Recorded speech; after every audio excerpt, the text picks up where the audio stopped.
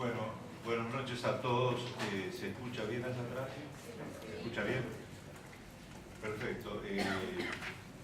Quiero presentar a quienes vamos a compartir esta cátedra de tributación pública. Aquí la licenciada Natalia Costa. Natalia es una prestigiosa profesional que ha hecho estudios de posgrado en el exterior. Ana Capese, que ha tenido que irse hace unos minutos porque tiene un viaje previsto para el día de mañana a Estados Unidos y no podía continuar. Bueno, yo soy Héctor Serravalle. A ver, ¿qué les puedo contar de mi vida? Cortito, que he dedicado los últimos 30 años de mi vida al estudio de las finanzas. He tenido el honor de trabajar en mi país como administrador de impuestos de la provincia de Santa Fe 2 veces. He trabajado como consultor internacional en casi una docena de países de Latinoamérica, desde Guatemala hacia abajo. Conozco casi todo el cuadro, siempre en proyectos que tenían que ver con reformas de impuestos, finanzas públicas, gasto público, programas que financiaron básicamente el Banco Interamericano de Desarrollo, el Banco Mundial. Bueno, actualmente me dedico a la docencia, ya estoy retirado de algunos puestos y me quiero dedicar a devolver de alguna manera a la sociedad lo que la sociedad me dio. Yo lo que he llegado a hacer es producto de básicamente la educación pública, es decir, en mi vida, en parte porque bueno, soy producto de otra época, pero nunca he pagado una matrícula para estudiar, siempre he estudiado en las universidades públicas o en organismos internacionales. Entonces, si la sociedad pagó mi capacitación, yo tengo que devolver a esta sociedad mi experiencia, que es lo que vamos a hacer en esta cátedra, que espero disfrutemos, porque acá no es cuestión de llegar al final y mostrar que uno saca un diploma. Acá el tema es también que disfrutemos en el camino, que nos sintamos bien mientras vamos desarrollando las materias, aún esta que es una materia bastante árida. Es decir, aquí yo pretendo aprender de ustedes y ustedes tal vez pretendan aprender algo de mi experiencia. Esto tiene que ser un intercambio. Ustedes vienen de distintas ramas, de distintas disciplinas del saber, de distintas prácticas, desde distintos lugares, y todo eso enriquece la visión de quien está coordinando la clase. En este caso soy yo, también será Natalia, Ana. Pero vamos a aprender interactivamente, lo cual quiere decir que yo pretendería que dentro de lo posible, por ser un número numeroso, un número grande de gente, que hagamos una clase de tipo interactivo con participación de ustedes. Lo único que les pido es que las participaciones sean cortas, porque si no somos muchos y se resiente el desarrollo del tema. Bueno, Natalia, ¿quieres decir alguna palabra? No, bueno, todos ya tienen el programa y los horarios. El que no, le pido que no llegó atrás. Bueno, ahí reparto uno más y los que no están inscritos, otra vez lo reitero, que por favor nos manden un mail mañana temprano con todos sus datos y le mandamos a todos.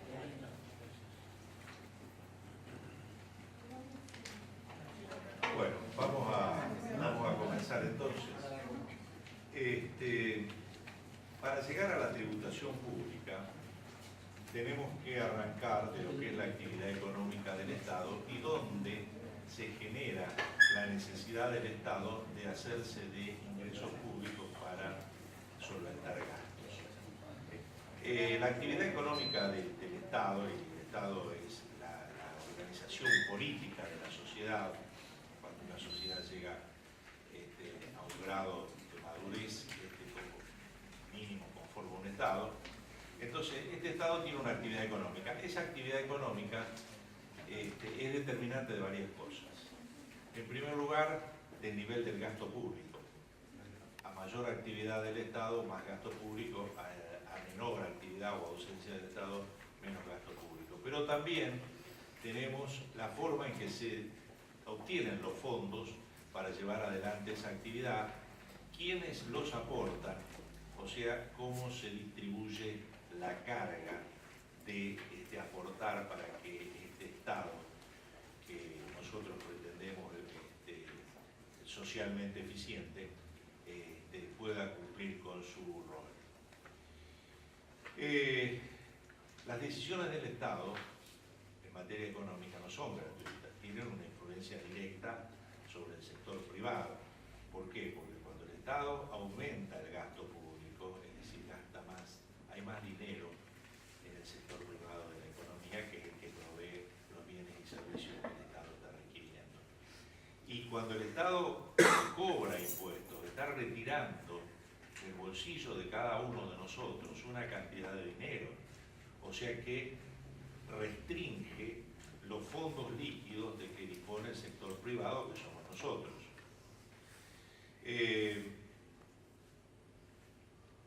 También el Estado tiene un rol decisorio a la hora de fijar la cantidad de recursos que habrán de consumirse en la economía y aquellos que se van a ahorrar en forma de inversión pública, lo cual es lo que se conoce como la tasa de acumulación de capital.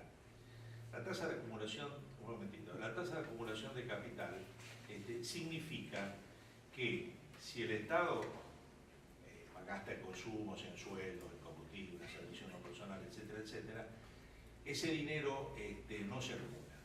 Pero si el Estado hace una escuela o hace una autopista, ese es una acumulación de capital del Estado y según sea mayor o menor será lo que se conoce en economía como la tasa de acumulación. Sí, le escucho. Sí.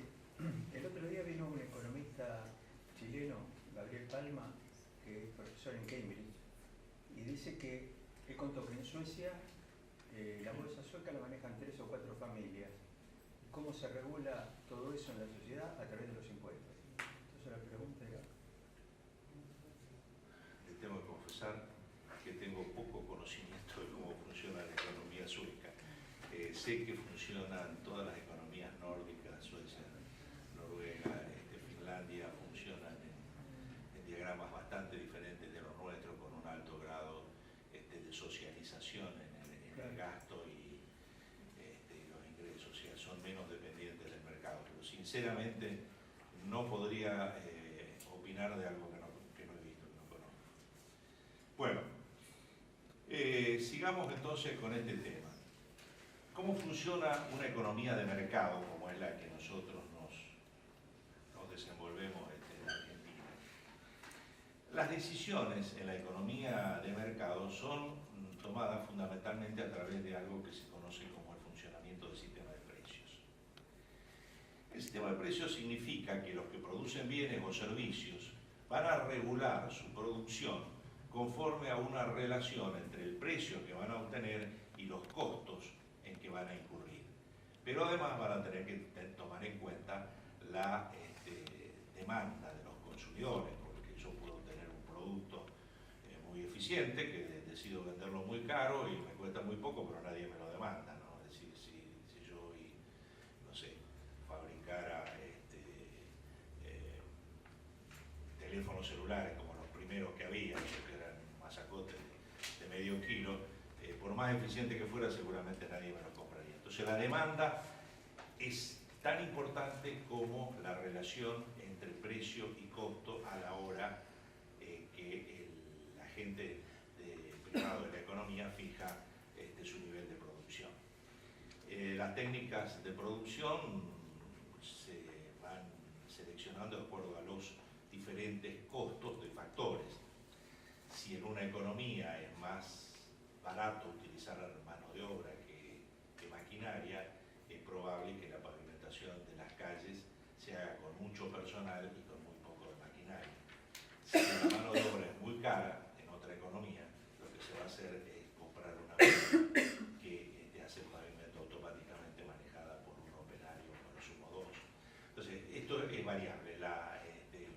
la tecnología aplicada a la producción varía según el costo de los factores.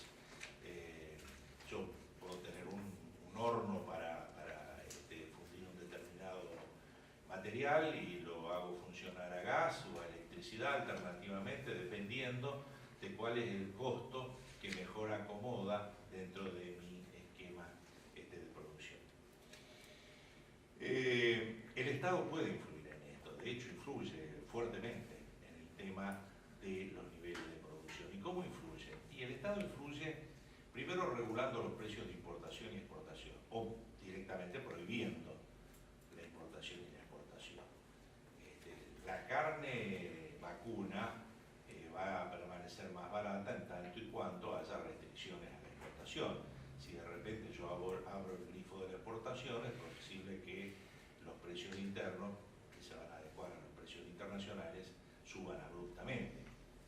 En el tema de las importaciones, es posible que sea mucho más barato traer calzado de China que fabricarlo en Argentina.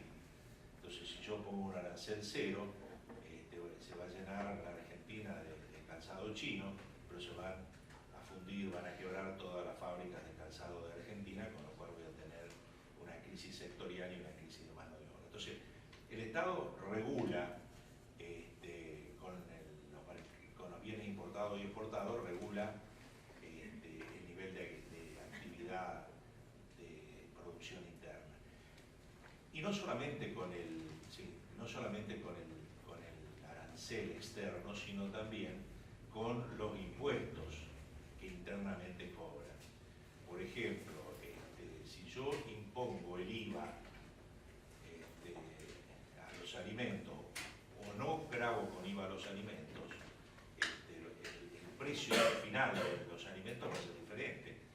Y por lo tanto, la cantidad demandada, la cantidad que se compre y la perspectiva de producción de quienes producen esos bienes también va a ser diferente. Se va a demandar mucho más bienes si hay un impuesto cero que si hay un impuesto del 20% o del 10%. El impuesto siempre lo que hace es quitar fondos del sector privado, sacar, como dicen algunos, sacarle la plata del bolsillo. Y con lo cual, en presencia de un IVA del 20%, todos nosotros podemos comprar mucho menos bienes que los que compraríamos si no existieran ese impuesto. Con respecto a las decisiones de consumo o formación de capital, también el Estado incide fuertemente en estas decisiones y lo hace a través de herramientas tales como la tasa de interés. Si la tasa de interés de los depósitos es atractiva para la gente tal vez, el público, la sociedad, tal vez deje de consumir algo y lo ahorre en forma de depósitos a plazo fijo, de colocaciones a interés, y eso va a generar un mercado de crédito que en definitiva se transforma en préstamos para la inversión y aumenta la tasa de acumulación de capital. Sí, le escucho. Sí, para mí el razonamiento que usted sigue, no sé, está bien, pero hay otros elementos que a lo mejor deberíamos tener en cuenta, como por ejemplo que el 50% de la economía no va a aportar porque no está figurando como una industria lícita. En consecuencia, tiene un ingreso diferencial con respecto a aquellos que sí aportan y es una economía adlátere o colateral, ¿no? O sea, eso digamos, es para fabricantes y para... Sí, yo te quiero aclarar lo siguiente. Sí. Y por otro lado, y la segunda parte es esta, cuando uno tiene en cuenta cómo hacer un impuesto a la importación para que se pueda defender la industria nacional de las industrias extranjeras que tienen por ahí un valor de salario insignificante y abusivo, ¿no? Como puede ser el caso de China, si uno lo considera de esa manera, también está de alguna forma protegiendo determinadas empresas de forma selectiva y puede estarles haciendo un daño porque digamos, se hacen poco competitivas. Y por otro lado, habría que pensar también en el consumidor, que no puede comprar los zapatos a $3 que vende China y tiene que pagar $45 de lo que se fabrican acá. Sí, yo quiero hacer una aclaración preliminar. Primero con respecto al tema de los mercados informales de la economía. Primero, yo no vengo a dar un curso de economía, esto es simplemente una introducción para llegar a tributación. Pero si tuviéramos que hablar de economía, nosotros tenemos que hablar de la economía formal. No podemos hablar de la economía informal porque no tenemos parámetros para el estudio. Esto es lo mismo que si yo doy un curso de Derecho y digo el homicidio está penado con 10 a 25 años de prisión, y alguien dice, sí, pero yo conozco un señor que mató a la esposa y entró y salió. Y bueno, pero no es lo que dice. Yo tengo que enseñar el código, no tengo que enseñar lo que pasa en una sociedad que por ahí es permisiva. Es decir, que exista un sector informal de la economía, no sé si será el 50, el 20, el 30, porque si tuviéramos mediciones tan exactas ya lo hubiéramos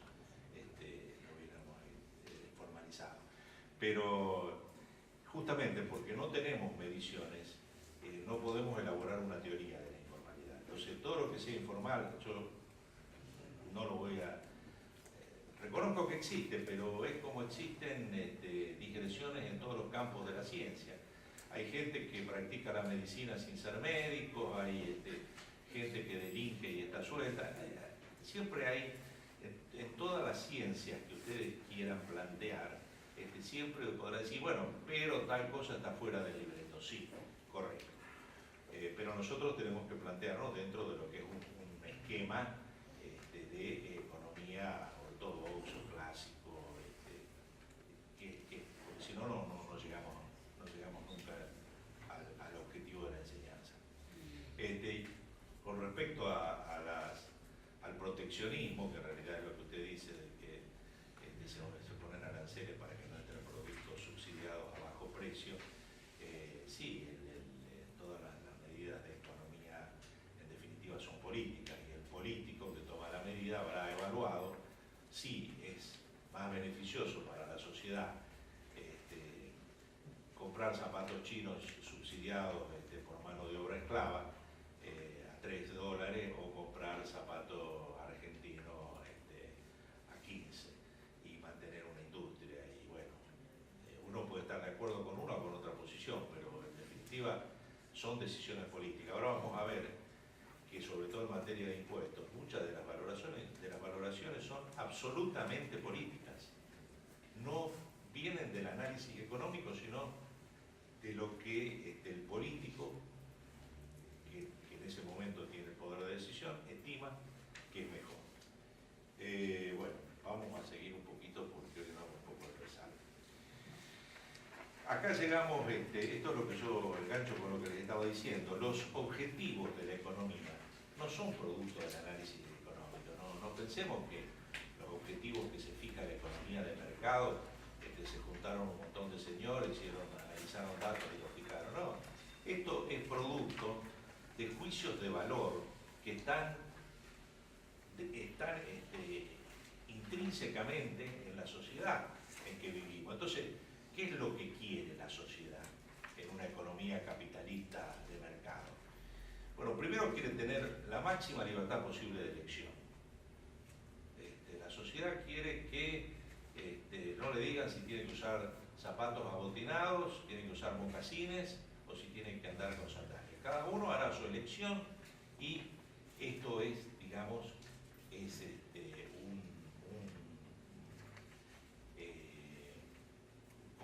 hay consenso sobre determinadas cosas. La mayoría de la gente, si ustedes le preguntan qué prefiere, que le dirijamos el consumo o tener libertad de consumo, le va a decir, yo quiero tener libertad de consumo. Si no me gusta el mondongo, quiero comer lentejas. Bueno, perfecto. En otras economías no es así. Tiene que comer lo que dice el Estado, porque, bueno, así está planificada la economía y esa es la forma como los que dirigen esa economía en este momento estiman que es así. Si usted va a Corea del Norte, seguramente no va a poder ni comer lo que quiera ni vestirse como quiera, porque el gobierno ya fijó cuáles son sus pautas de consumo. O se adapta o se adapta por bien o por la fuerza. ¿Qué es lo que a qué otra cosa hay consenso en la sociedad como objetivo de la economía? Y llegar a niveles óptimos de calidad de dentro de los recursos que tiene cada país, dentro de las preferencias de los consumidores y las decisiones de los empresarios y de los productores.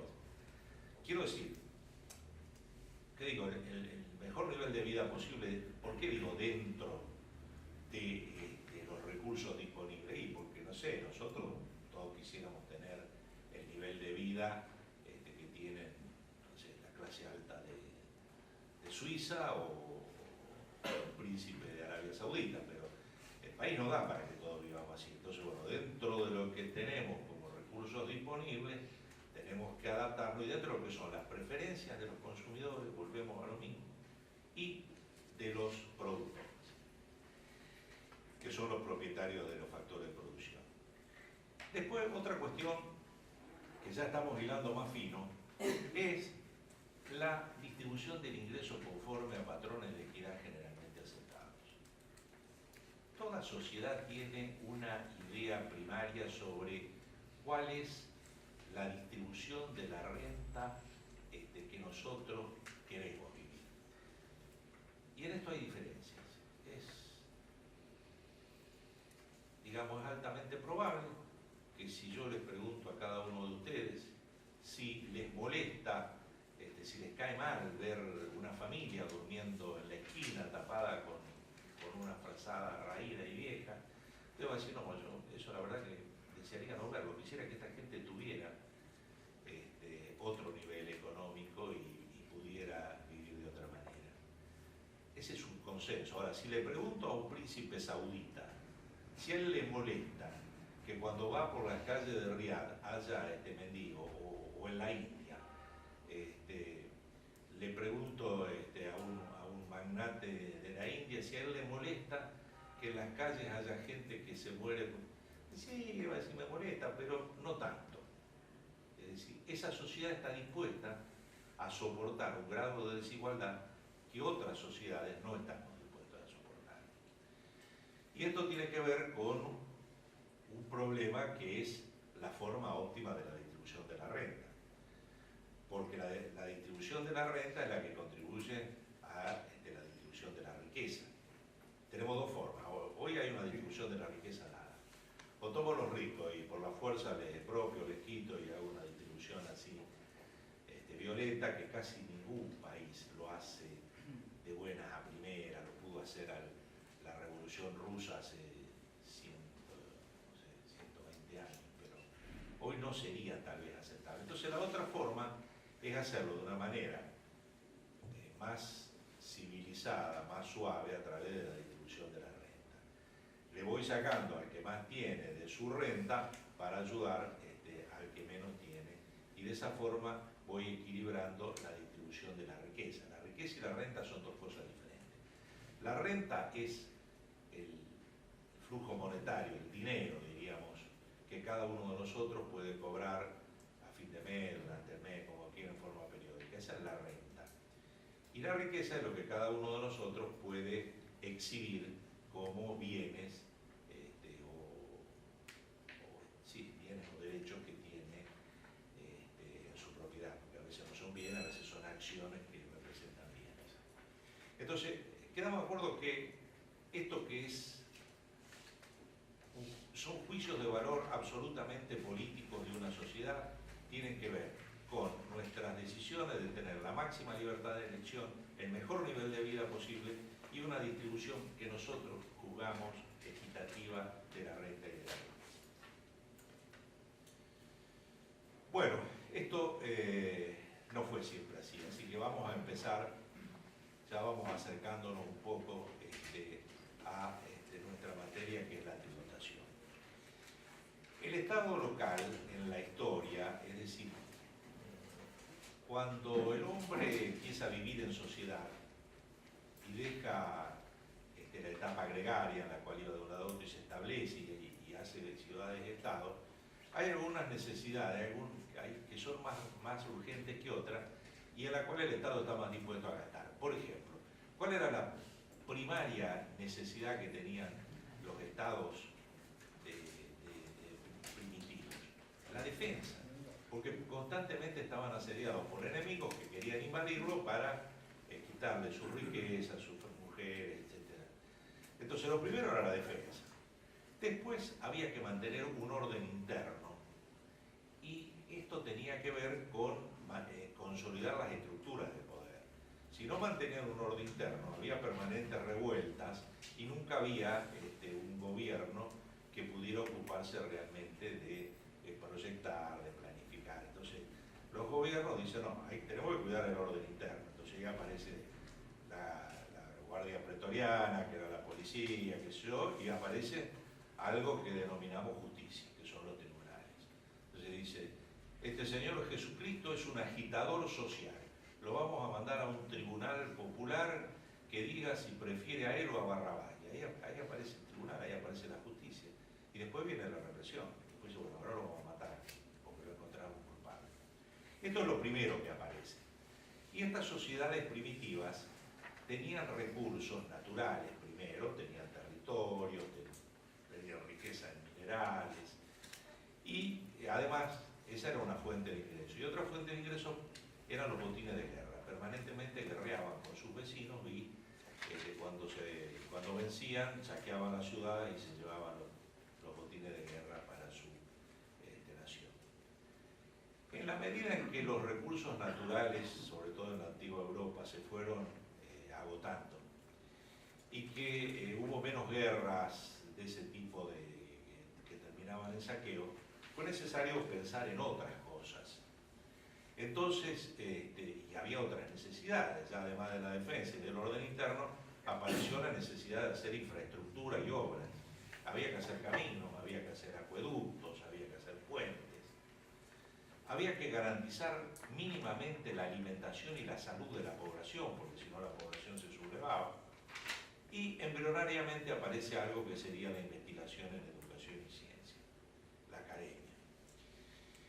Bueno, se necesitaba dinero, ya agotamos los recursos naturales, botines de guerra casi no tenemos, entonces tenemos que pensar en que hay que buscar otras fuentes. Bueno, una de las fuentes son las contribuciones del pueblo.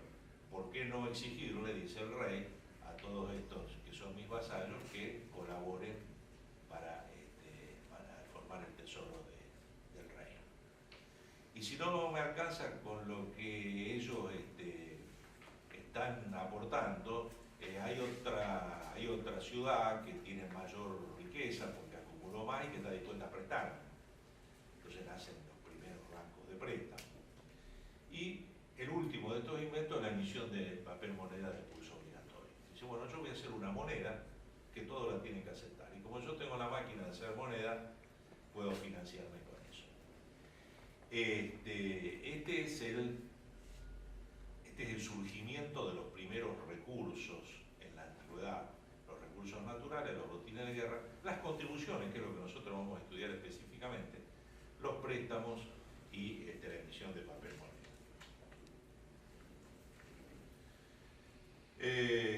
Esto es lo que yo les decía, el monarca tiene un poder imperio, es decir, que detenta la fuerza y les obliga coercitivamente a sus súbditos a pagar contribuciones al rey.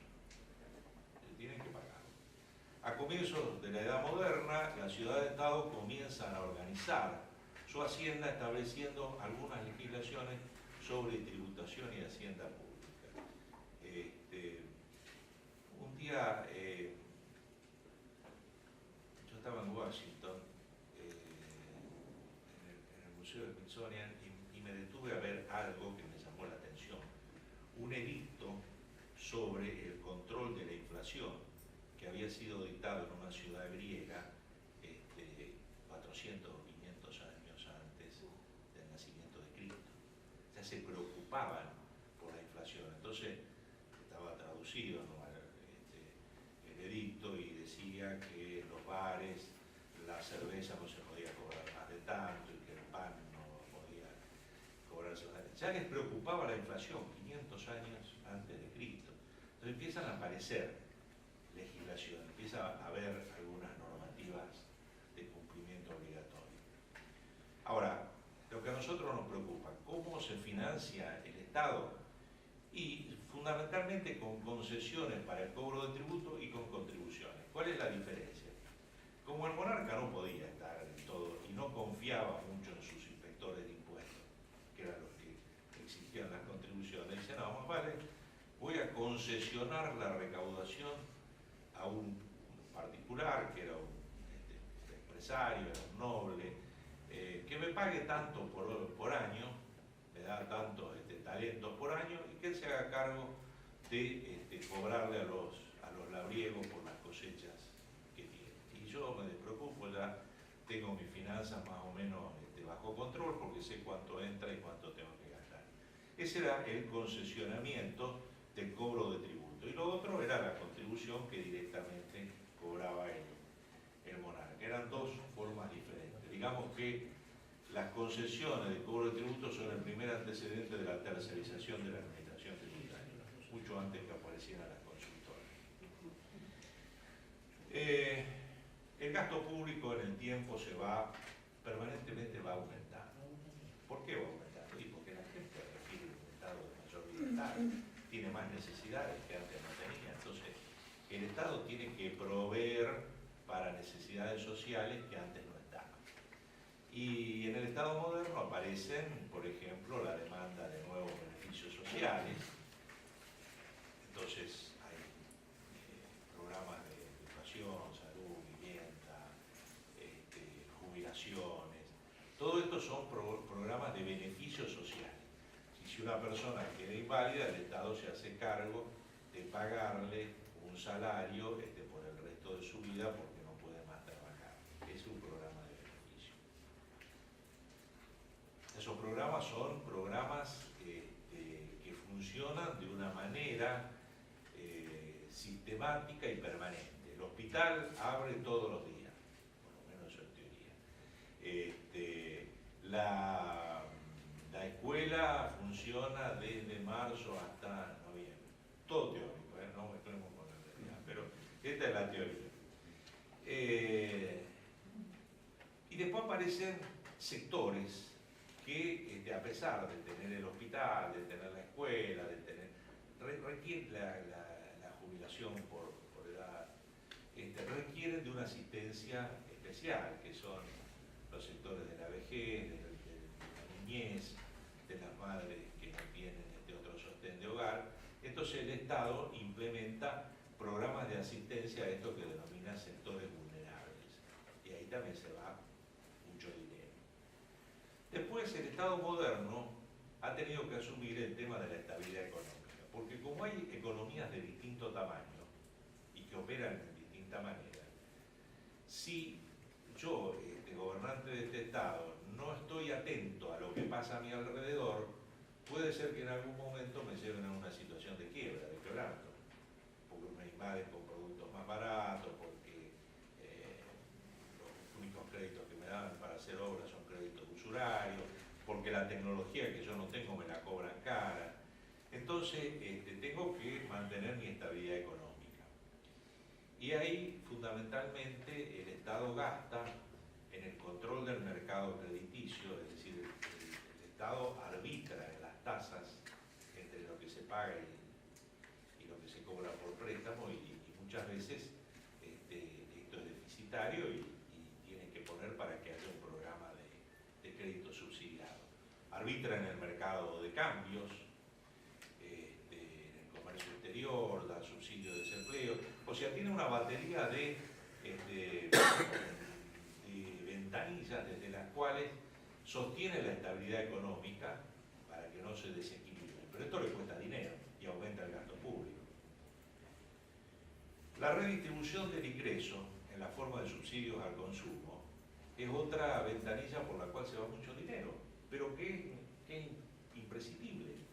Es decir, hay consumos que si yo no los subsidio, ponen a la gente en una situación de quebranto. O sea, lentamente la Argentina trata, como puede, de salir de esta política de subsidio, pero hoy por hoy el consumo de energía eléctrica está subsidiado en esta ciudad, el consumo de gas tiene algún tipo de subsidio, el agua, y esto es así porque son consumos básicos de la sociedad y a los cuales todos deben poder acceder, y el Estado gasta para subsidiarlo.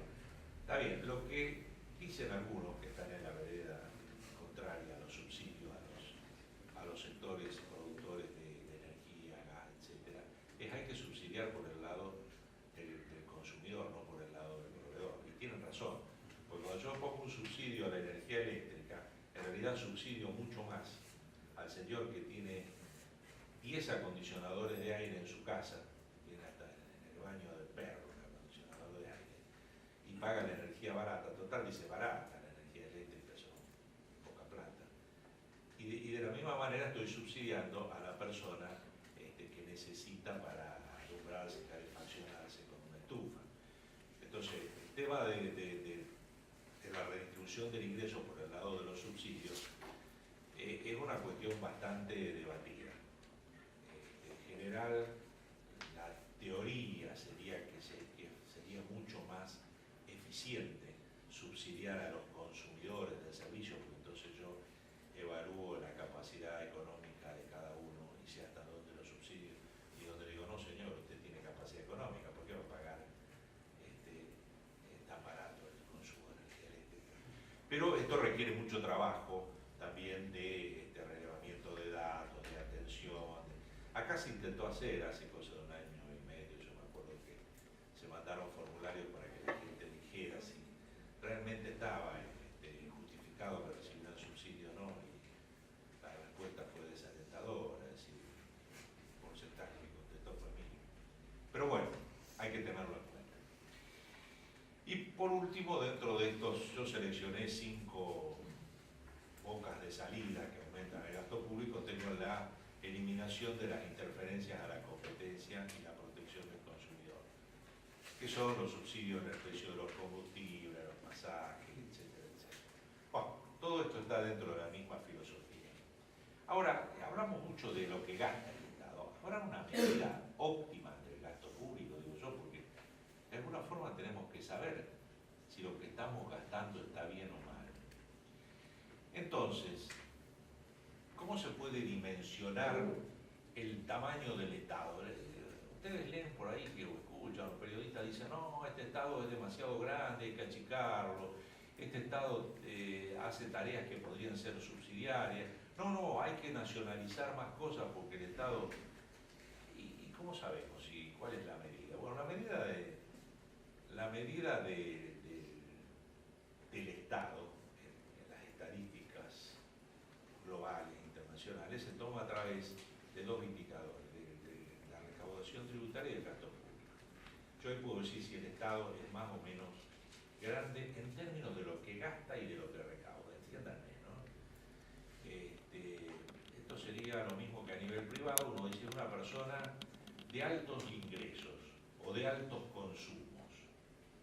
Ahora, hay otra cuestión, que esto no permite analizar la calidad o eficiencia en la gestión del Estado, porque ahí yo les pongo un ejemplo que dice que 100 millones de pesos gastados en subsidios a la tarifa del gas domiciliario, cuantitativamente son iguales a 100 millones de pesos gastados en obras de infraestructura energética, gasoductos, transporte de fluido, etcétera, etcétera. Pero la eficiencia, el resultado del gasto va a ser distinto. Si yo gasto los 100 millones en subsidios, le doy a cada uno una parte de esos 100 millones para que paguen la factura de gas, nunca voy a desarrollar la potencia energética del país o no voy a hacer las obras de infraestructura para el transporte de la energía. Entonces, la asignación eficiente del gasto público es la que realmente nos permite evaluar la gestión del Estado. Y esto es un tema mucho más difícil porque un tema de evaluación de calidad es mucho más difícil que decir si es grande o chico de acuerdo a lo que gasta o a lo que recauda.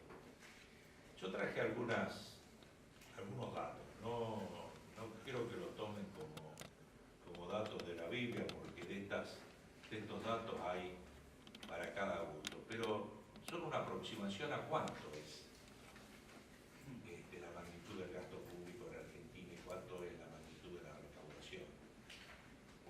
si no, no tenemos mucha idea y bueno, es necesario que tengamos un juicio antes de entrar al tema del tributario. Un informe de la consultora Economías y Regiones dice que el gasto público entre nación y provincias creció más del 13% del PBI entre 2003, donde era 25%, y 2012, donde es 38%. Bueno, esto implica un aumento de 1.220, eso es una serie de comparaciones. En realidad aumentó 13 puntos del Producto Bruto, que es bastante sobre los 25 originales. Es un 50% según esta consultora. ¿Y esto qué significa? ¿Que estamos gastando más? Seguro, ¿lo estamos gastando bien? Bueno, habría que contrastarlo contra una serie de indicadores sociales. Lo único seguro de acá para adelante es que este nivel de gasto público al que llegamos, no el 38% del Producto Bruto, sino los 896.000 millones de pesos, eso seguro que no va a bajar. Porque una vez que el Estado se involucra en una serie de gastos, sobre todo en el gasto social, no puede volver atrás. O sea, eso lo vamos a seguir gastando. ¿Qué podemos hacer si esto nos parece mucho? Y bueno, una de las cosas que va a bajar el porcentaje o la incidencia del gasto público es aumentar el Producto Bruto Interno. Esto es una ecuación, es el 38%, entre los 896.000 millones de gastos y la magnitud del Producto Bruto, que está en el denominador. Si yo aumento el denominador o si aumento el producto, seguramente va a bajar la relación otra vez, tal vez llegue otra vez al 25%. Esa es una de las cuestiones que seguramente podemos llegar a hacer. Pero lo lógico no es hacer las dos cosas. Lo lógico no es hacer las dos cosas. ¿Qué dos cosas? Bajar el gasto público y también incrementarlo. No, sí, todo es posible, por lo menos en los papeles. Lo que pasa es que la experiencia mundial es que el gasto es muy inflexible en la baja. Te hago una consulta y para cerciorarme si es así o no. Que entre nación y provincia, Argentina tiene 3.100.000 asalariados o empleados. No sé. ¿Podría hablar en vez de gasto público de inversión pública? ¿Y qué pasa con eso? Que Australia tiene 45.000. Está bien, bueno, pero son distintos. Comparar escenarios tan similares. Pero Australia nació como nació. En Australia no necesitan ir a la academia para aprender inglés, gracias a Dios inglés, pero bueno. No, pero por suerte hablamos castellano. No, yo le digo lo siguiente, a ver, vamos a pensar dentro de lo posible, Sí. no de lo imposible. Es imposible que Argentina llegue a tener 50.000 empleados públicos, 100.000. Si Argentina tiene 3.100.000 empleados públicos, lo posible es que si acá aumenta la producción, el Producto Bruto Interno crece fuertemente como creció durante casi 10 años, el sector privado empieza a demandar mano de obra.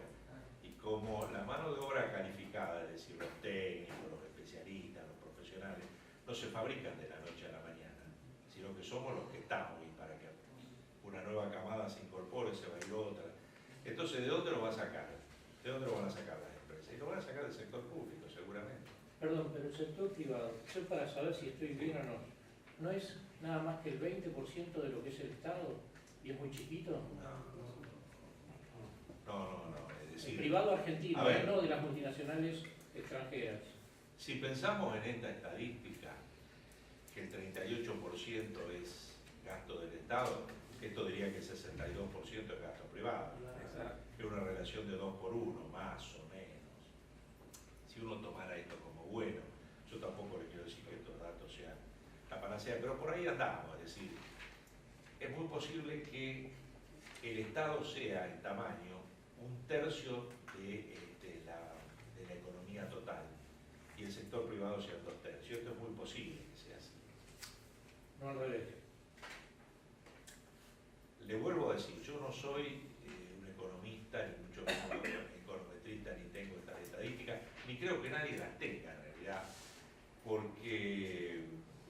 nuestro país ha descuidado mucho el tema de estadísticas y no hay estadísticas confiables, por eso se están peleando todos los días. Pero es muy probable, ahora les voy a mostrar otra estadística de otra consultora, es muy probable que la relación 1/3 Estado, 2/3 sector privado sea una relación coherente con nuestra realidad actual. El otro, ya lo conversamos, pero quiero cerrar el tema. El problema que trae aparejado esto, que de por sí solo no sería malo, yo no digo que sea ni bueno ni malo que 1/3 del tamaño de la economía sea el sector público, sería malo que el 80% sea el sector público, pero que sea 1/3 no me parece terriblemente malo. Lo que sí me parece que tenemos que corregir es lo que está en el segundo párrafo. La presión tributaria, que aumentó 13 puntos, desde el 20% al 34%, hoy está a la cabeza de las presiones tributarias de toda América Latina. Es superior a la de Brasil, superior a la de México, superior a la de Chile y superior a la de cuanto país latinoamericano ustedes me quieran poner. Estamos arriba de todo. Yo a veces discuto con los colegas brasileños porque ellos son campeones de todo, inclusive de presión tributaria. Yo no, mentira. La presión tributaria de ustedes en este momento está por debajo de la nuestra. Ustedes pagan menos impuestos en relación a la renta. Argentina está muy arriba y esto tiene su costado malo. Su costado malo es que esta presión tributaria significa Estado, significa dinero que los particulares le dan al Estado, por las buenas o por las malas, ¿no? El que sale de los salarios ni siquiera le preguntan, ¿usted quiere contribuir o tienen una declaración jurada y díganme cuánto va a pagar? No, se lo quito del sueldo y listo. Entonces, pero esto hace que la economía pierda dinamismo porque pierde recursos por vía de la presión tributaria que van a financiar este enorme gasto público, que a lo mejor se podría financiar también de otra manera. Tal vez habría otra manera de financiar el gasto público. Si el país regularizara su situación con los grandes prestadores mundiales, gran parte de la infraestructura se podría financiar con préstamos externos o inclusive lo más recomendable sería incrementar la producción. Sí, perdón, tengo un par de preguntas antes de pasar a la otra lámina. Sí, hacía la asociación directa, ¿no?, del tema de carga tributaria a la inversión pública, ¿no?, que se genera, y esta inversión pública genera boomerang también al beneficio del sector privado, ¿no? Todo esto, esta inversión pública que se puede generar ya sea en la obra pública o en algunas asignaciones, seguramente esa plata va al privado y todo es una cadena, ¿no? Es por eso que actualmente se está sosteniendo por ahora la economía en ese sentido. Y yo, en definitiva, con la experiencia que tenemos, está bueno tomar deuda del sector privado o extranjero cuando vos tenés un plan de muchísimo dinero que va más allá de 5 o 10 años, ¿no? Pero de tomar crédito en inmediatez, yo creo que no es beneficioso porque no fue mal para solventar algunos gastos corrientes del día a día del país. Ese es el problema. ¿No? Usted dice tomar crédito a 10 años. No hace mucho tiempo,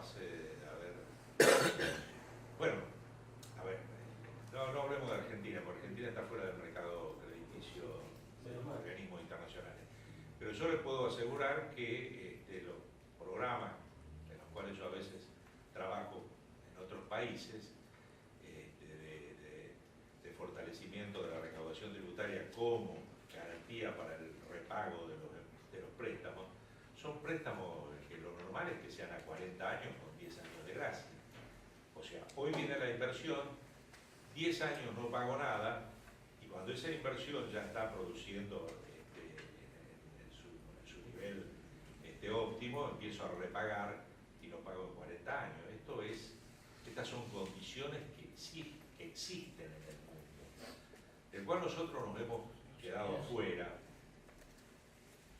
por voluntad de gente que no está que es externa al país, pero también porque nosotros tosudamente por ahí no hicimos las cosas bien en algún momento y entonces nos quedamos fuera de esto. Pero yo les digo que hoy es normal que obras de desarrollo 10 años en los cuales no se paga nada, periodo de gracia. ¿Y a qué interés? ¿A qué interés? Ah, los préstamos de fomento Son muy bajos. muy bajos, 2% anual. Como están los bonos del tesoro más o menos. Préstamos del Banco Mundial, del BID son al 2 al 3%. Son préstamos de fomento realmente, que van a determinadas inversiones, no es para hacer un hotel de turismo. Esto es para desarrollar un proyecto energético, o para desarrollar puertos, o para, son obras de infraestructura mayor. Sí. Tengo una consulta. En la hora anterior nos pasaron que la masa monetaria de circulación es de 200.000 millones de pesos. ¿Es normal que el gasto sea 4 veces en la masa de circulación? ¿En todos los países es así? Es una tasa bastante normal, es bastante normal y es bastante buena en general, que la inversión sea el 25% del gasto. Esto es bastante bueno. Usted calcule lo siguiente, a ver, vamos a pensar lo siguiente. Cuando yo hago inversión nueva, en parte estoy agrandando la infraestructura, pero en parte estoy reemplazando infraestructura que sale de servicio, porque hay mucha infraestructura que se amortiza.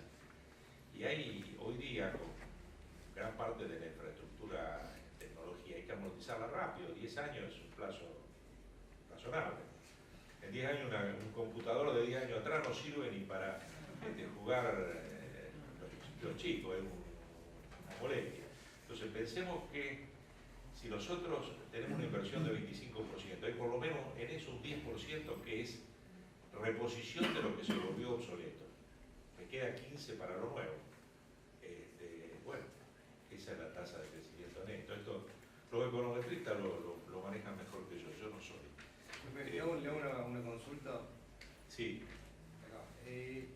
Según los números estos que estamos viendo acá, el gasto público representa un 38% del PBI.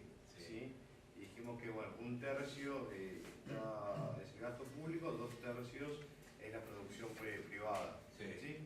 Pero si vemos acá abajo, o sea, el Estado está, por intermedio de los tributos, está tomando de la parte privada un tercio más que saca a los privados y va al público. O sea, hoy el Estado se está llevando las 2/3 partes del PBI. Sí. ¿Es así? Sí, es así. Es así. Y la otra pregunta que me podría hacer, se la adelanto, es por qué si gastó el 38 y recuperó el 34, esos 4 puntos que me faltan, que podrán ser 5, ¿no? O más, ¿de dónde salen? Y salen del endeudamiento, de las letras de tesorería, de los adelantos del Banco Central y de la emisión monetaria. El Estado produce una serie de servicios que no tienen traducción monetaria, por lo tanto no van a las cuentas nacionales. Para el Estado es gasto, qué sé yo. ¿Qué produce la policía? No sé qué produce. Ahora, ¿cuánto cuesta? Ahí sí, eso lo sabemos. Tomamos las planillas de salarios, tomamos las planillas de lo que gastan en combustible, de los móviles. Nosotros sabemos cuánto nos cuesta. Ahora, ¿qué produce? Y no sé, ¿produce algo? No sé. Ahora, si yo le digo, ¿qué produce Techín? Y tuvo sin costura, esto, el otro. Ah, macano. ¿Y eso cuánto es? Y eso es tantos miles de millones de pesos al año. Ah, bueno, eso es producción para el Producto Bruto Interno. Eso tiene una participación, porque el producto, ¿qué es el Producto Bruto Interno?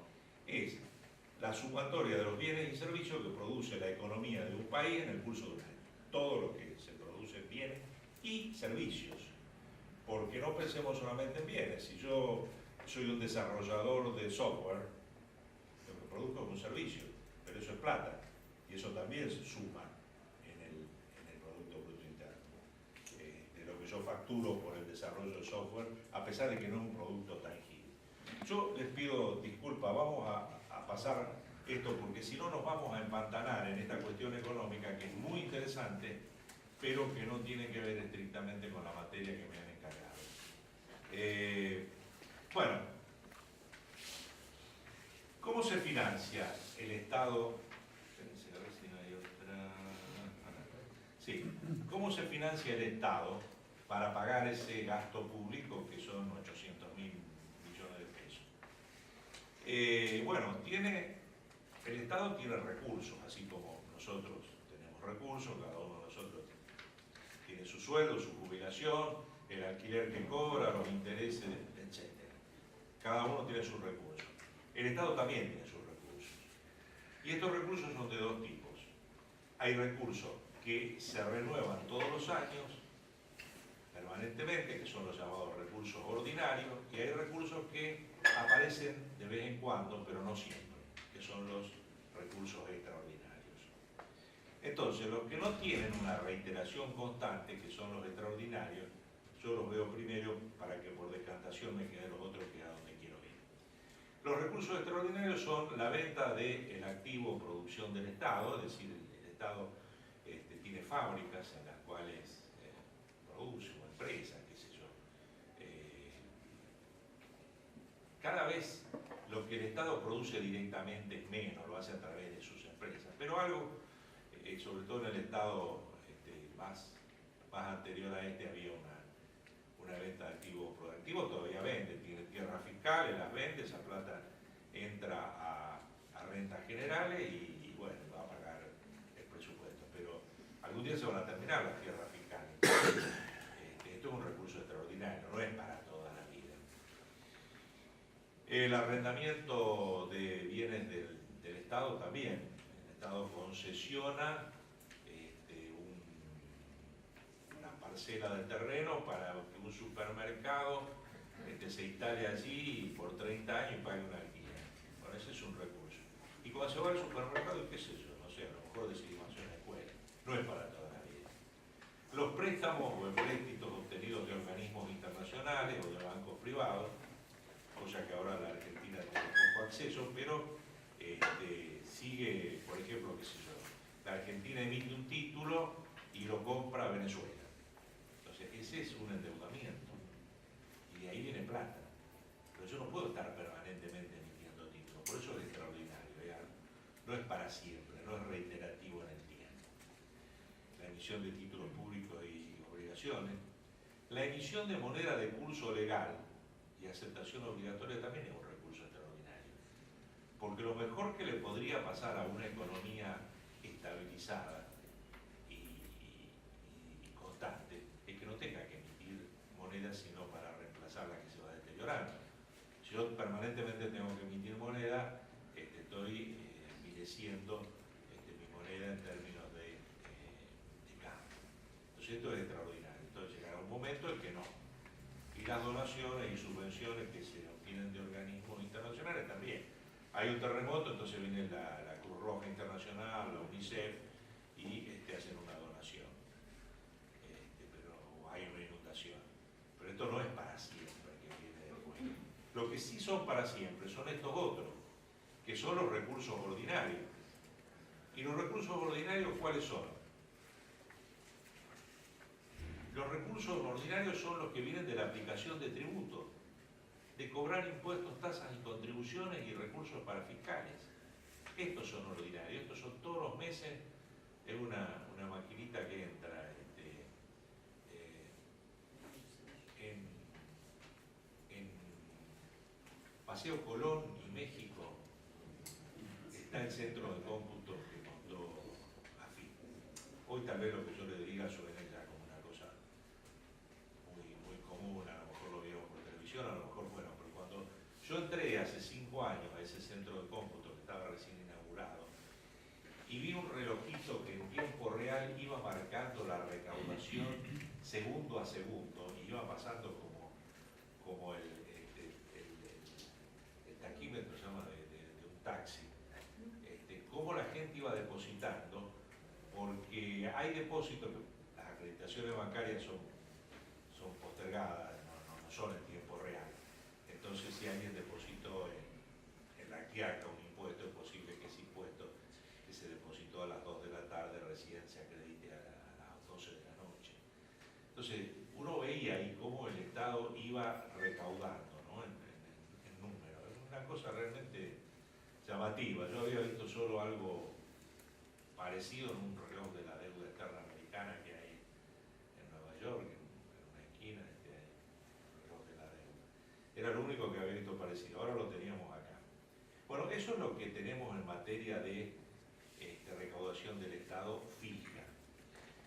Otros niveles de gobierno, como las provincias y los municipios, el gobierno nacional también podría ser, reciben transferencias o participaciones en la recaudación de impuestos de otros niveles. Por ejemplo, las provincias participan por la ley de coparticipación de los impuestos que recauda la nación, y los municipios participan en parte de esa coparticipación que recibe la provincia y en parte de los impuestos provinciales. Y estas transferencias son todos los meses. Varían en monto porque varían de acuerdo a la recaudación, pero son todos los meses. También hay subsidios que son de carácter estable o permanente durante una gran cantidad de años. Porque estos son los recursos ordinarios. ¿Por qué le decía que el gobierno nacional también podría recibir coparticipación? Nosotros estamos acostumbrados, por nuestra estructura tributaria, que es el gobierno nacional el que coparticipa a las provincias y las provincias a los municipios.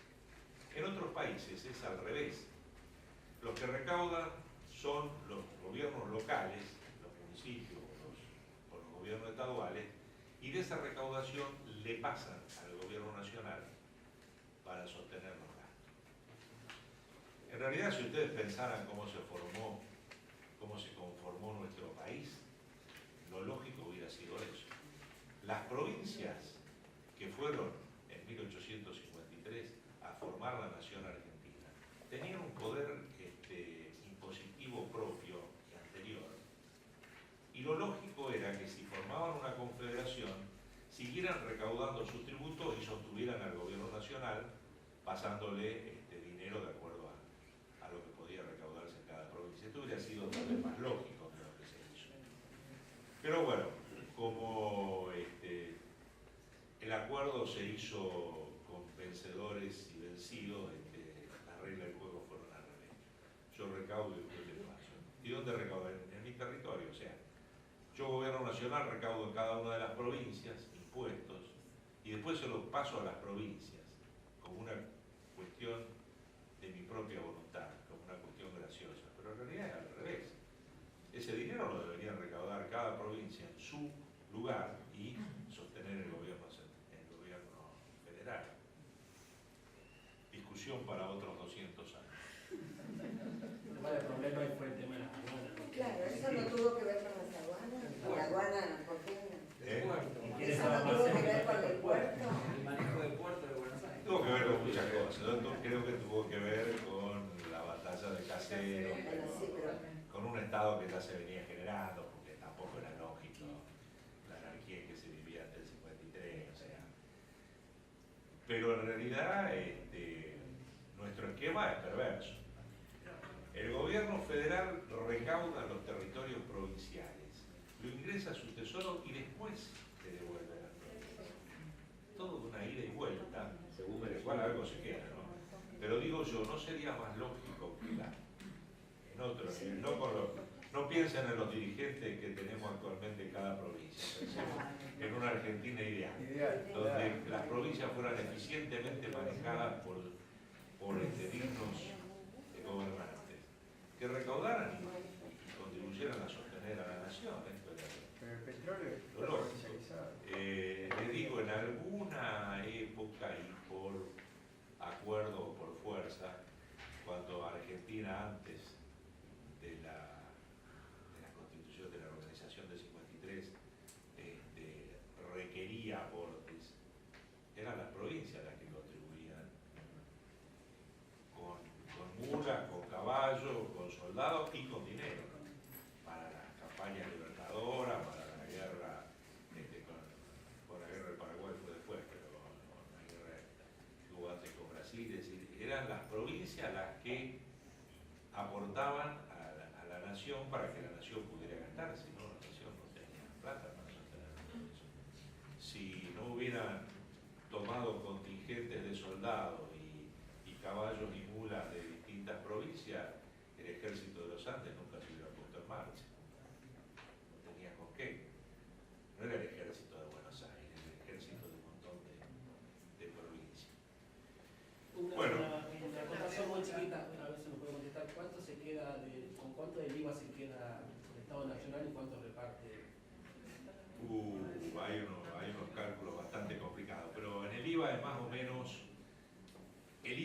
más o menos como que se reparte sobre el 62% de la recaudación.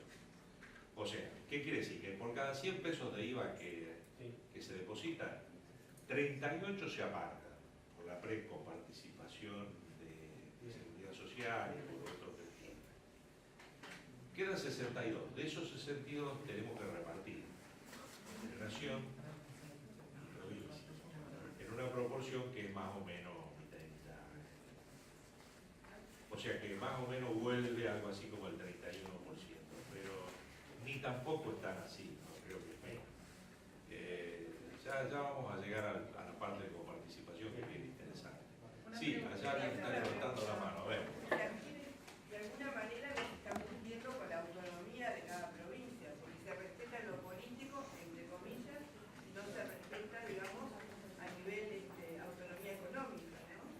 Y es como de alguna manera, coercitivo, que además se le devuelve lo que quiere. No, de acuerdo, yo estoy de acuerdo con todas las opiniones que ustedes, porque todas son respetables y todas me enriquecen. Ahora, tenemos que avanzar en un esquema más ideal que real, lamentablemente. Pero los impuestos se aprueban en el Congreso y los Congresos siguen representando en todas las provincias. Vos no podés tener un impuesto que poner, digamos, a nivel nacional. Entonces también está representado. Bueno, vamos a la tributación, así entramos ya en materia. La ciencia de la finanza pública, si es que se le puede denominar así, elaboró algunas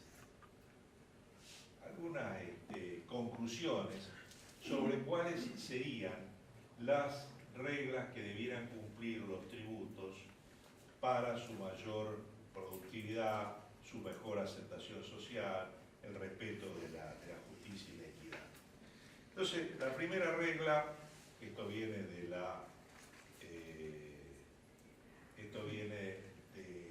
la Inglaterra de 1500, 1400, era la del principio de legalidad. La realidad viene mucho más lejos. En realidad esto viene de los griegos y de los romanos. Los romanos decían nulo un tributo sine legem. Es nulo el tributo que no está sustentado en una ley. Esto quiere decir lo siguiente, que en nuestro sistema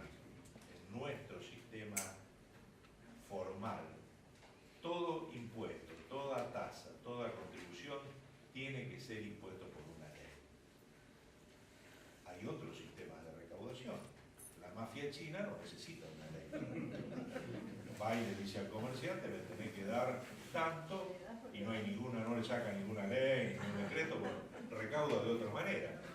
Pero en nuestro Estado organizado, o que pretende ser organizado, cada tributo que nosotros tenemos que pagar tiene una ley, un decreto, una ordenanza municipal. Ese es el principio de legalidad que tienen que cumplir todos los tributos. Después hay otro que se llama el principio de igualdad, que tiene que ver con una valoración que hace el legislador de la capacidad contributiva que tiene cada uno. Y donde, por equidad entendemos, el que más tiene paga más, el que menos tiene paga menos. O sea, concretamente, vamos a un ejemplo práctico. Hay dos lotes de terreno, en uno un señor edificó una casa de 3 niveles, con ascensor, qué sé yo, pileta de natación, y en el otro una persona edificó una vivienda modesta, de 2 cuartos, cocina, baño, sin el impuesto inmobiliario. El que tiene la casa más suntuosa va a pagar varias veces más que el que tiene la casa modesta. Esto es lo que nosotros llamamos el principio de igualdad, que pagan lo mismo los que están en iguales condiciones y pagan diferente los que están en distintas condiciones. Este principio de... Ahora, ya está. Ya voy. Ahora, esto tiene que ver con una valoración que hace el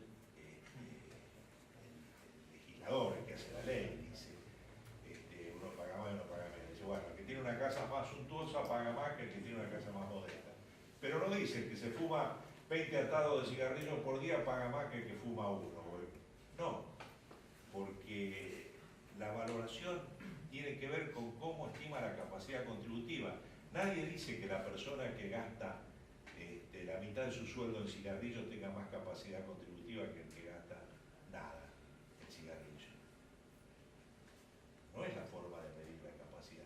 ¿Y por qué la medimos de otra manera? Y bueno, porque hay una voluntad política de mucho tiempo, de muchos años ya sentada, que establece cómo se mide la capacidad contributiva. ¿Y cómo se mide? Y se mide por la riqueza que se tiene, por la renta que se cobra o por lo que se gasta. Ya claro, el que gasta 10 paquetes de cigarrillos por día paga un montón de impuestos que el que no fuma no lo paga.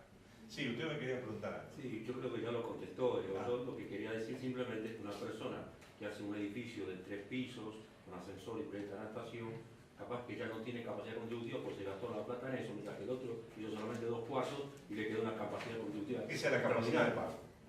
Hay que diferenciar la capacidad contributiva de la capacidad de pago.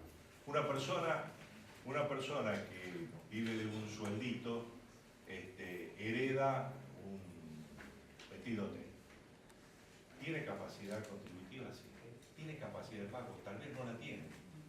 En cambio otro, que sale y tiene toda la plata en efectivo en el bolsillo, ese tiene capacidad de pago y a lo mejor no tiene capacidad contributiva.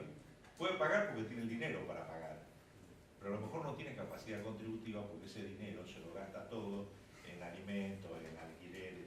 Entonces la capacidad contributiva y la capacidad de pago son dos cosas para mí diferentes. De aclaro para mí, hay autores que dicen que es lo mismo. Eso se trastoca ahora con el tema de la ecuación ¿De la qué? Con este blanqueo. Con el blanqueo, el dinero que uno tiene en el bolsillo no está declarado, Bueno, de repente... No lo estudié. No lo estudié.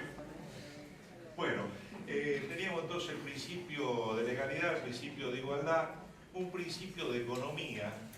Dice que en cada impuesto hay que poner la menor carga posible dentro de lo que sea compatible con la finalidad de la economía. ¿Esto qué quiere decir? Que los economistas fiscales hacen sus cálculos y dicen: la Argentina puede soportar, sin afectar seriamente el consumo y la capacidad de inversión, el 21% de IVA. Esta es la tasa de la Argentina. Pero Paraguay tiene 10% de IVA. Y bueno, porque para el nivel de la del gasto público de Paraguay, el presupuesto paraguayo, con el 10% a lo mejor alcanza. Y con el nuestro no alcanza sino con el 21%. Ahora, si los cálculos son hasta dónde yo equilibro el presupuesto, tampoco sería lógico, y ahí entra el principio de economía, que la carga del IVA dice: bueno, mira, qué sé yo, en vez del 21%, ¿por qué no le ponemos el 35% y listo? O el 33%, que es la tercera parte del IVA. Lo aumentamos. Va a entrar mucha más plata, y no, porque hay una regla tributaria que dice que cuando uno estima la contribución, cuando uno hace el cálculo de la contribución que hace todo el sector privado, tiene que tratar de poner la menor carga posible de acuerdo al nivel de gasto del Estado. No sería lógico que la Argentina tenga, como tiene, una presión tributaria del 34% si el gasto del Estado fuera el 15%. Nos estaría sobrando plata. Cuidado, hay países que lo hacen. La enorme acumulación de capital de China, de la economía china y de otros países, tiene que ver con eso, con que la carga tributaria fue muy superior a lo que iba a gastar el Estado. Entonces empezaron a acumular fondos y con esos fondos fueron y compraron los bonos de Estado, del Tesoro de Estados Unidos. Pero porque es una política que está pensada así. Pero les quiero decir, el principio de la economía del tributo dice que hay que fijarlo en el escalón menor compatible con los gastos que tengo que financiar. Los chinos lo ignoraron y bueno, no sé si les fue mejor o peor. El principio de neutralidad es no provocar distorsiones en las relaciones del precio del mercado. ¿Esto qué quiere decir? Que si yo voy a imponer un impuesto interno a las bebidas gasificadas, es posible que tenga que ponerle un impuesto similar a las bebidas no gasificadas, porque si no estoy direccionando el consumo por una cuestión fiscal hacia un bien en detrimento de otro, y esto atenta contra algo que es la neutralidad, porque de las bebidas no gasificadas viven los fabricantes de jugos cítricos, los que producen cítrico y hacen jugo y qué sé yo, y de la bebida cola gasificada vive otro sector. Entonces el impuesto no tiene que discriminar en favor de un bien cuando hay un sustitutivo de ese bien, ¿no? Esto no siempre es así, pero debiera ser que el impuesto sea lo más neutral posible, que no discrimine en contra de.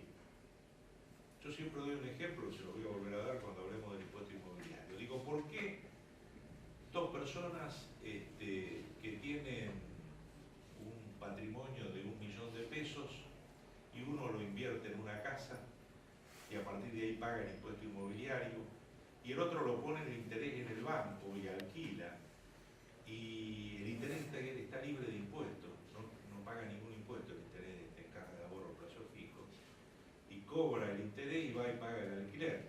Entonces, acá estoy discriminando en contra del que invirtió en un inmueble, y estoy discriminando al revés, porque el que invirtió en un inmueble de alguna forma invirtió en el trabajo de un montón de gente que levantó esa casa, que la mantiene, etcétera, etcétera, y el que fue y puso su plata en el banco, nada. Y lo que pasa es que el del banco va a decir cuidado que eso con genera esto préstamos. de cómo los impuestos discriminan en contra de algún sector, es algo que siempre hay que evaluar cuando se implementa un impuesto nuevo, y esto tiene que ver con el principio de neutralidad. El tributo no tiene que alterar la relación. Si yo le pongo un impuesto mayor a los vinos blancos, estoy discriminando contra un sector, el sector productor de vino blanco. La gente va a decir, bueno, no está mal no tomar vino tinto, que se yo dejo de tomar el blanco porque ahora está muy caro. Pero eso justamente es lo que tratamos de que no se produzca, que sea por motivos de... El tema de los testaferros, profesor. El tema de los testaferros. Perdón. Los testaferros, que son tan comunes hoy en día. Los testaferros. ¿Qué tiene que ver? Me parece que tiene que ver porque se disfraza de alguna forma la capacidad contributiva, y viniendo en más personas lo que era de una... Sí, eso tiene que ver con el principio de neutralidad. Bueno, finalmente el penúltimo, es la discriminación entre rentas ganadas y rentas de capital. Esto es un tema que también tiene que ver con los principios de la tributación. Hay que tratar diferente a las rentas ganadas de las rentas de capital. ¿Qué son las rentas ganadas? Son las rentas de las personas que trabajan, las rentas de los empresarios. ¿Y qué son las rentas de capital? Las rentas de capital son las que se obtienen por la compra y venta de activos monetarios que no representan un trabajo. Es decir, yo voy y compro dólares a 5 pesos y los vendo a 10 pesos. Esta es una renta no ganada. Esta es una renta de capital que no me exige ningún esfuerzo, que no es lo mismo que ir a trabajar todos los días y tomarse el subte a la mañana. Son distintos. Entonces, la tributación tiene que tratar más benignamente a las rentas ganadas que a las rentas de capital. La especulación financiera. Mínimamente, digamos, una especulación financiera más chica o más grande. Digamos, no genera trabajo, no genera empleo y genera ganancias. Bueno, permítame después seguir igual. Por último, hay algo que es fundamental a la hora de establecer impuestos, el principio de suficiencia de la recaudación. Todo impuesto nuevo tiene que partir de un cálculo de recaudación que justifique poner un impuesto nuevo, porque si no nos llenamos de impuestos que no producen absolutamente nada. Entonces hay que hacer un cálculo, cuánto va a producir esto, y lo que no produce eso no se cobra. Por eso dejó de cobrarse la patente de los carros tirados por caballo, la patente de perro, todo esto que alguna vez existió. Era tan ínfima la recaudación que dijeron, no, esto no, chao, a otra cosa. No cobramos más. Bueno, a ver cómo estamos de tiempo, no tenemos tiempo. Una preguntita puede ser. Una preguntita puede ser. No muy concreta, que le quería preguntar antes respecto de la neutralidad. En voz alta y fuerte. No, respecto de la neutralidad, se me pasó el turno por eso no lo puedo preguntar antes. Es ¿puedo dar un ejemplo? O sea, ¿existe realmente en la práctica un impuesto que realmente sea neutral? ¿O hay un cálculo aproximado para...? Porque yo en la práctica hasta ahora no lo he podido ver. O sea, ¿cuándo es neutral? Siempre ya implica una decisión de valor que no... Esa es la pregunta completa. Ningún impuesto es absolutamente neutral.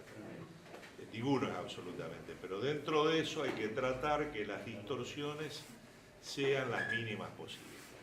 El tema de los principios que tienen que cumplir los tributos es como los principios que tenemos que cumplir las personas. Es una declaración de buenas intenciones, nada más. Es decir, todos tenemos nuestro decálogo de principios. Tenemos que hacer actividad física, tenemos que no comer comidas compuestas, no tenemos que fumar. ¿No? Estos son los principios que tendríamos que cumplir para una vida sana. Ahora, ¿alguien los cumple a todos? No, yo no los conozco. Pero bueno, uno sabe que, a ver, si se está pasando con el consumo de comida chatarra y está corriendo un riesgo. Si no hace actividad física absolutamente y está corriendo un riesgo. Entonces, esto es lo mismo. Acá estos son los principios que deberíamos estudiar a la hora de un impuesto, los anteriores. Pero bueno, una pregunta para la polémica, ya no le pregunto más. La ganancia, con el tema ahora del actual del salario. ¿Usted lo considera el salario también es un impuesto a la ganancia o no es un impuesto a la ganancia? No estoy de acuerdo. Bueno, es una posición personal mía. Yo creo que lo que se cobra, lo que se deduce del salario en realidad es un impuesto al trabajo. Porque si no trabajo no lo pago.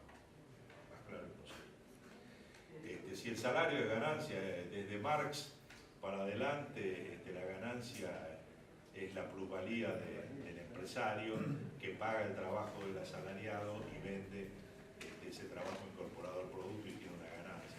Esta es una discusión muy larga y además es política y está muy teñida de política esta discusión, pero para mí todo lo que se deduce de un sueldo es un impuesto al trabajo. Las jubilaciones,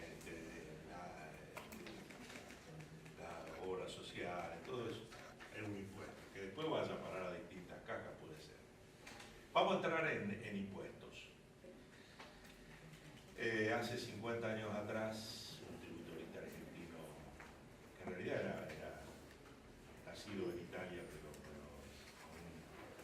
con toda la trayectoria y un corazón en Argentina, Dino Carach, escribió sobre el hecho imponible. Dijo, hay un hecho genérico que da lugar a la aplicación del impuesto. ¿Y qué es el hecho imponible? Bueno, es ese acto jurídico que imaginó el legislador que podía pasar y que cuando pasa da lugar a la obligación tributaria, da nacimiento a la obligación de pagar el impuesto. Por ejemplo, el IVA. Dice la ley que la venta de cosas, muebles, bla, bla, bla, paga el impuesto. Esto me quiere decir que el legislador que escribió esa ley dijo, vamos a pensar que una persona va y compra un bien y ese bien tiene un impuesto que es el impuesto al valor agregado. Si no lo compra, no hay una obligación de pagar el IVA, pero si lo compra sí. Ese es lo que se llama el presupuesto de hecho o el acto jurídico que cuando se concreta da lugar a la obligación tributaria, que es la obligación de pagar el tributo. Si no se concreta, no. Si yo no trabajo, no voy a pagar el impuesto a la ganancia, seguro. A lo mejor me muero de hambre o me mantiene mi mujer, pero digo, seguro que yo no lo voy a pagar. El análisis de derecho imponible nos da una herramienta para analizar cada impuesto, cada tributo y desmenuzarlo de alguna manera en sus componentes fundamentales que después tenemos que ver si cumplen con la capacidad contributiva que seleccionó el legislador. Y los elementos constitutivos del derecho imponible son 4. El elemento jurisdiccional significa quién tiene la jurisdicción para cobrar ese impuesto. Si yo tengo una propiedad inmueble en capital, acá en Buenos Aires, Ciudad de Buenos Aires, el gobierno de Jujuy no me puede venir a cobrar impuestos sobre esa propiedad, no tiene jurisdicción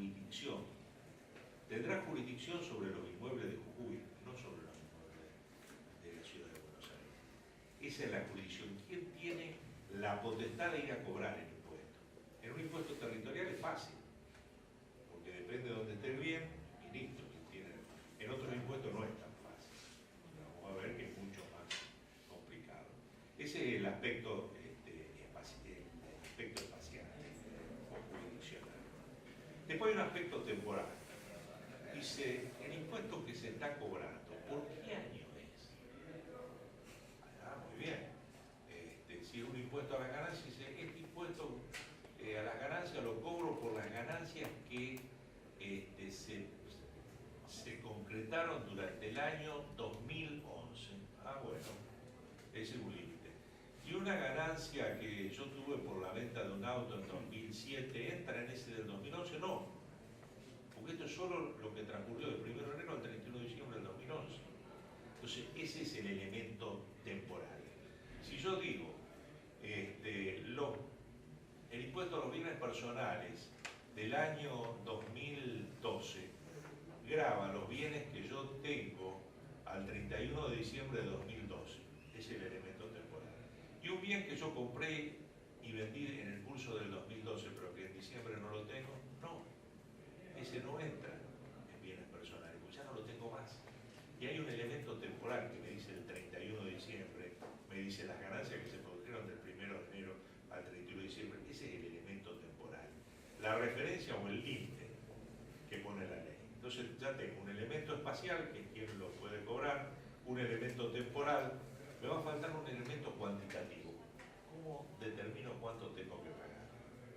Y bueno, hay algo que se llama base imponible. ¿Y qué es la base imponible? Es la medida que tomó el legislador para determinar la cuantía del impuesto. Si el impuesto es el IVA, entonces será el 21% de todas las ventas grabadas que se hicieron durante el periodo.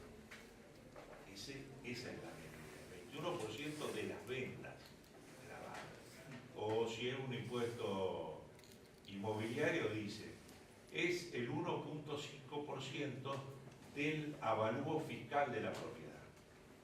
Si el avalúo fiscal es la base imponible, le pongo el 1,5%, tengo el impuesto. Las ventas son la base imponible, le pongo el 21%, tengo el impuesto. Ese es el elemento cuantitativo como base imponible. Y después hay un aspecto subjetivo que dice quién me lo tiene que pagar. ¿Quién me tiene que pagar el impuesto inmobiliario? El propietario. No lo paga el vecino o el que vive enfrente o el pariente. No, el que lo paga el propietario. El que tiene la propiedad, ese es el que lo tiene que pagar. Ese es el elemento subjetivo. Entonces, recuerden siempre que hay 4 elementos que tenemos que analizar en el hecho del impuesto. Un elemento jurisdiccional, quién tiene la potestad de cobrarlo. Un elemento temporal, en qué momento o durante qué periodo se cobra ese impuesto, se devenga. Un elemento cuantitativo, que es la base imponible que tomo para calcular el impuesto, y un elemento subjetivo, que es quién es el contribuyente o sujeto pasivo que lo tiene que pagar.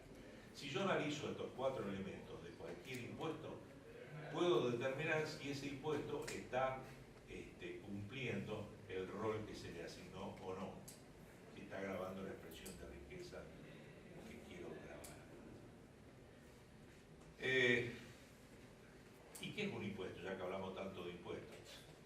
Y un impuesto, dice, es un tributo que se establece sobre los sujetos en razón de la valoración política de una manifestación de riqueza, objetiva o subjetiva. Es la valoración política de una manifestación de riqueza. Una manifestación de riqueza puede ser muchas cosas. Puede ser cómo me visto yo. ¿Me cobran un impuesto como salgo vestido? Bueno, sí, porque la valoración política de la capacidad contributiva es que si salgo vestido con traje y corbata tengo que pagar más que si salgo con jean y camisa o al revés. Esa es la valoración política de la capacidad contributiva. No es tan así.